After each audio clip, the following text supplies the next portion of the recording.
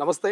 నిన్న రాష్ట్ర వ్యాప్తంగా బీఆర్ఎస్ పార్టీ అధినేత మాజీ ముఖ్యమంత్రి కేసీఆర్ విచారణకు పోతా ఉంటే జిల్లాలో కావచ్చు, గ్రామాల్లో కావచ్చు, మండలాల్లో కావచ్చు ముఖ్యమంత్రి రేవంత్ రెడ్డి దిష్టి బొమ్మలు దహనం చేసినటువంటి పరిస్థితి మనం చూసినాం. తెలంగాణ భవన్ కావచ్చు, నిన్న నందినగర్ నివాసం వద్ద కావచ్చు భారీ స్థాయిలో కేసీఆర్ అభిమానులు, బీఆర్ఎస్ పార్టీ కార్యకర్తలు హడావిడి మనం చూసినాం. మాట్లాడే ప్రయత్నం చేద్దాం ఇదే అంశం మీద.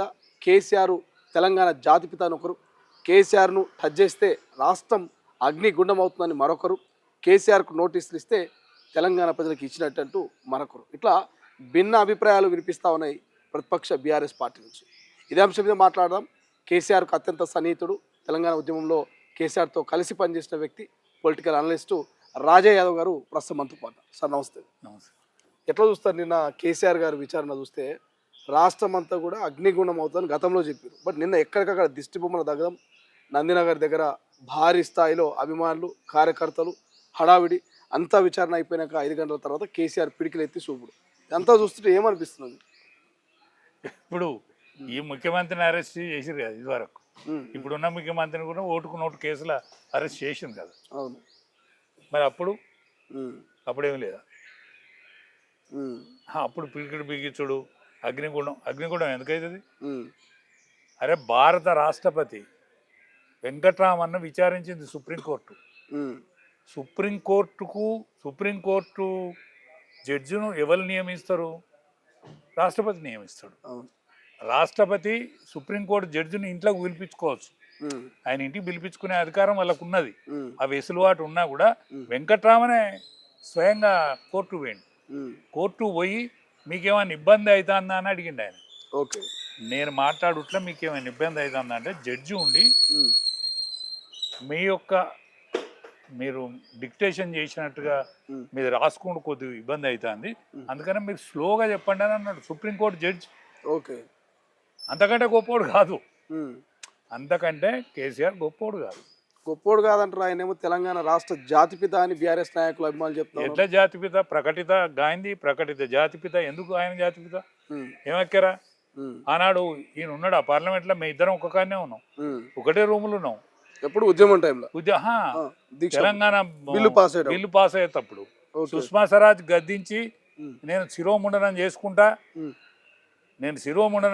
నువ్వు బిల్లు పెడతావా సత్తవా అని సోనియా గాంధీని అడిగితే, నా వల్లే నాకు పొగ బాంబులు ఎత్తాను సుమా, మీరు కనుక సపోర్ట్ చేస్తానంటే నేను బిల్లు పెడతా అని పెట్టింది. ఆనాడు సుష్మా స్వరాజ్,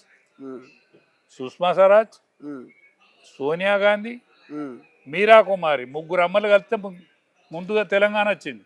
నేను అన్నా నువ్వు పోవాలి కదనే అంటే, నేను ఒక్క పోసి కానీ నేను ఊదు కాలేదు పీరు లేవదన్నాడు.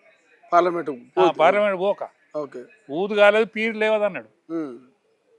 ఆమె గదిరించి పెడతాంది, ఆమె సపోర్ట్ చేయాలి, బిల్లు పెట్టాలి, మీరా కుమార్ ఆమోదించాలి తప్ప నేను పోతే ఏమైద్ది అని అన్నాడు.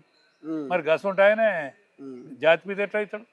మరి వాళ్ళు అంటారు కదా, ఇప్పుడు బీఆర్ఎస్ వాళ్ళు కేసీఆర్ కు నోటీసులు ఇస్తే తెలంగాణ ప్రజలకు మొత్తానికి నోటీసులు ఇచ్చినట్టే, సావు నోట్లో తలకాయ పెట్టి తెలంగాణ తీసుకొచ్చిన తొలి ముఖ్యమంత్రికి ఎట్లా నోటీసులు ఇస్తారు, ఎట్లా వేధిస్తారు అనేది వాళ్ళ ప్రశ్న. ఈయన ఒక పాత్ర వహించిన మాట